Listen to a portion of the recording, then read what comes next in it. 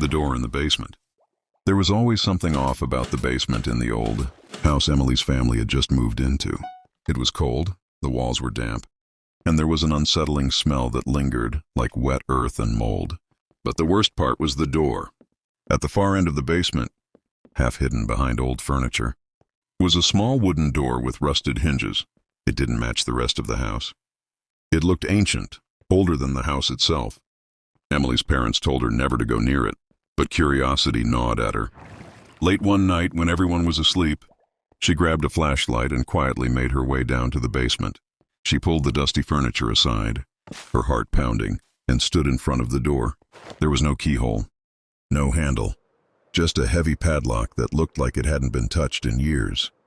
But as Emily reached out, the lock suddenly clicked open, as if it had been waiting for her. She hesitated, then pulled the door open. A rush of cold air hit her, carrying a faint whisper that sent chills down her spine. The flashlight flickered, barely piercing the darkness that seemed to swallow everything.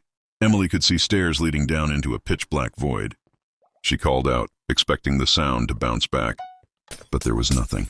Just silence that felt impossibly deep. She descended, each step creaking under her weight. As she reached the bottom, the flashlight died. Panic surged as she fumbled in the dark, but then she heard it. Faint breathing, slow and heavy, coming from just a few feet away. Emily turned and saw them, pale, ghostly figures with hollow eyes and twisted mouths. They watched her, unmoving, and then, one by one, they began to smile. Emily bolted up the stairs, slamming the door shut behind her.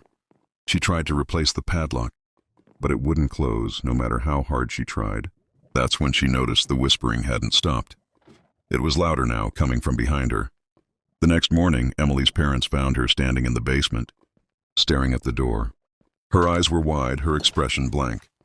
She wouldn't speak, wouldn't move. The doctor said she was in shock, but Emily knew the truth. She could still hear the whispering, calling her back. And every night the door would creak open, just a little more than the night before.